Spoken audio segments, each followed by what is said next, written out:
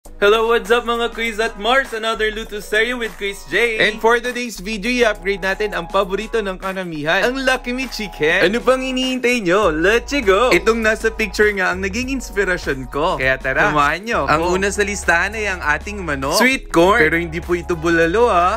Meron din tayong carrots, pati pechay bagyo. Syempre ang ating panggisa, ang bawang, sibuyas, at meron ding luya pampatanggal ng lansa ng manok. At spring onion. Meron din tayo other seasonings tulad ng paminta, seasoning granules, chicken powder, at pink Himalayan salt. Ito nga yung ginamit kong pink Himalayan salt, mga Mars and Quiz. And alam nyo ba na napakaraming benefits nito? Andyan yung link sa caption. Dinagdagan ko na rin ng quail egg. Meron ding fresh onion leeks. At syempre, ang ating Lucky Me Chicken. Mulan na nga natin mga Quiz at Mars sa paglalagay ng mantika, sibuyas, bawang, at syempre yung ating luya. At pagkatapos, pwede na nating ilagay manok at igisa. Igyan na din natin ng konting tubig at takpan. Inilagay ko na nga yung natitirang tubig sa pichel para maraming sabaw. Masarap talagang humigop ng sabaw ngayong taglamig. Ilagay na natin yung ibang pampalasa. Haluin at pagkatapos ilagay na rin natin yung sweet corn. Pakaluin lang natin ng konti at pwede na natin ilagay yung carrot, yung Lucky Me seasonings, at syempre yung noodles. Maghihintay nga ulit tayo ng ilang minuto at pagkatapos ilagay na rin natin yung spring onion, quail eggs,